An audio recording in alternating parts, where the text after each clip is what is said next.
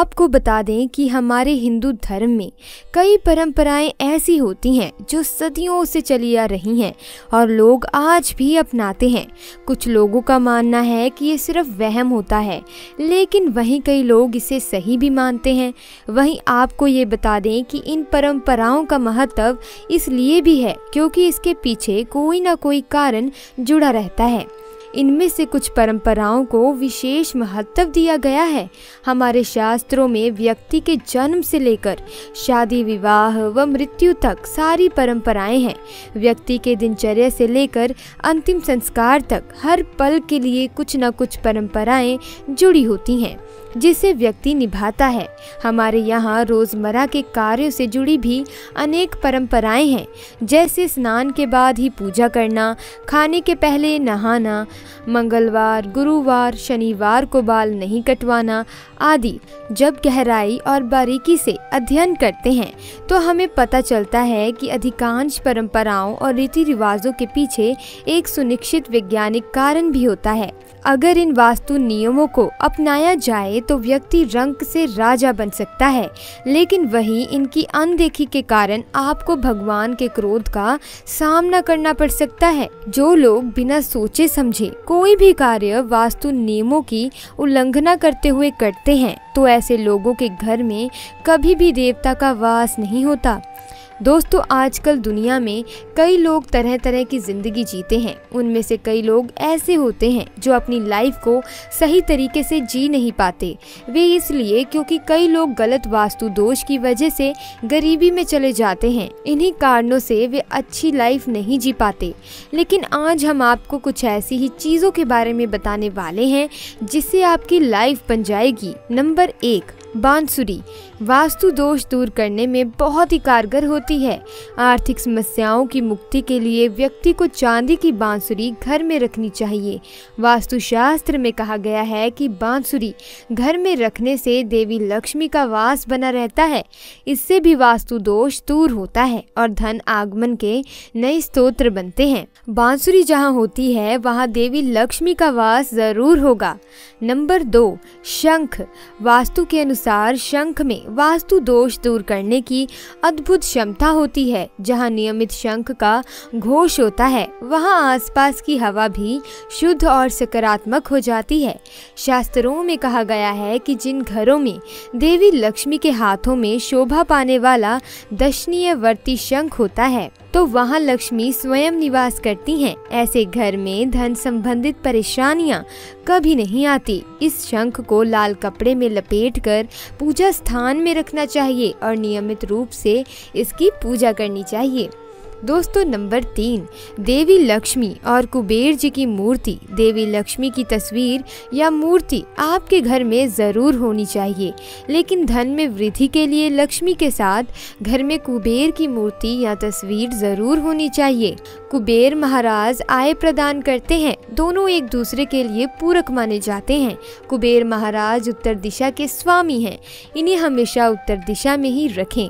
Number 4, Kapoor करे चुटकियों में माला माल। वास्तु दोष दूर करने के लिए धन संबंधित परेशानी के लिए नियमित कपूर जलाएं। घर के बीचों बीच स्थान पर नियमित कपूर जलाने से घर से नकारात्मक ऊर्जा नष्ट हो जाती है और आपके बिगड़ते काम भी धीरे धीरे बनने लगते हैं। नंबर 5, जो व्यक्ति सच्चे दिल से गणेश जी का हाथ थाम ले तो वे व्यक्ति कभी दुखी रह ही नहीं सकता, क्योंकि गणेश जी को विघ्नहर्ता माना गया है। धन और सुख में बाधा को दूर करने के लिए नृत्य करते हुए गणेश जी की प्रतिमा घर में रखना बहुत ही शुभ होता है। गणेश जी की ऐसी प्रतिमा को इस प्रकार रखना चाहिए कि घर के मुख्य द्वार पर गणेश जी की दृष्टि रहे और जब भी आप सुबह के वक्त उठें तो गणेश जी को प्रणाम जरूर करें।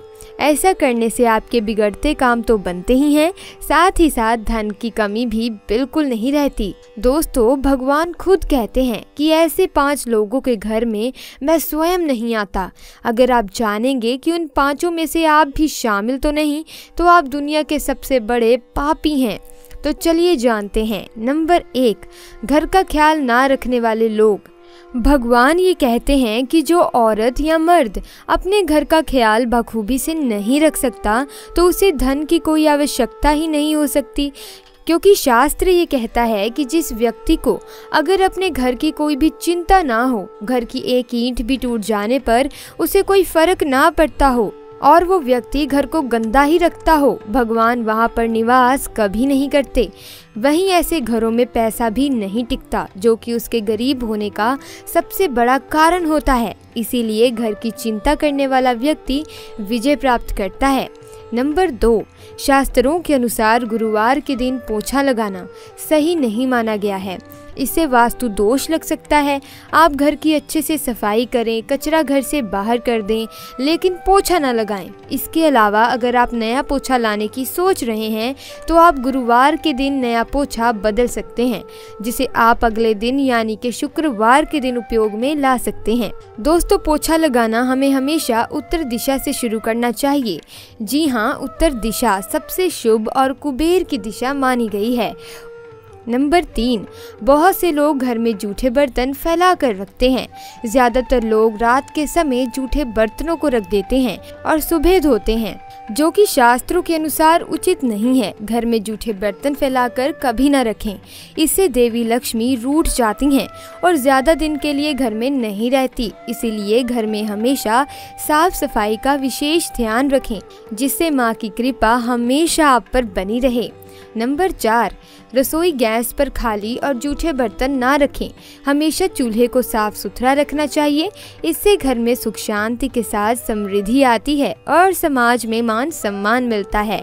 पुराणों में बताया गया है कि चूल्हे पर खाली बर्तन रखकर छोड़ने से घर में दरिद्रता का वास होता है। ऐसे लोगों के घर में कभी बरकत नहीं होती। किचन मंदिर के बाद सबसे पवित्र जगह होती है और इसमें देवी देवताओं का वास होता है।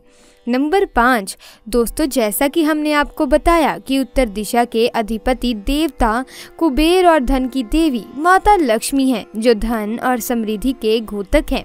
इस स्थान को मातृ स्थान भी कहा गया है। इसीलिए इस स्थान में कूड़ा या बेकार का सामान ना रखें। इस दिशा को हमेशा साफ सुथरा रखें। इससे धन लाभ होता है। घर का ये हिस्सा सकारात्मक ऊर्जा से भरा रहता है। अगर इस स्थान पर बेकार चीज रखेंगे तो माँ लक्ष्मी और कुबेर देवता नाराज हो जाते हैं। इस स्थान को खाली रखना या कच्ची भूमि को छेड़ना धन और समृद्धि का कारक है। नंबर 6, पति पत्नी में मार पिटाई। जिस घर में पति पत्नी में मार पिटाई जिस घर में पति या पत्नी में मार पिटाई या गंदी गालियों से दिन की शुरुआत हो तो वहाँ तो गलती से भी भगवान कभी नहीं जाते। माता लक्ष्मी ने स्वयं इस बात को कहा है कि जिस घर परिवार में लड़ाई झगड़े होते हैं तो वहाँ तो मैं गलती से भी अपना कदम कभी नहीं रखती।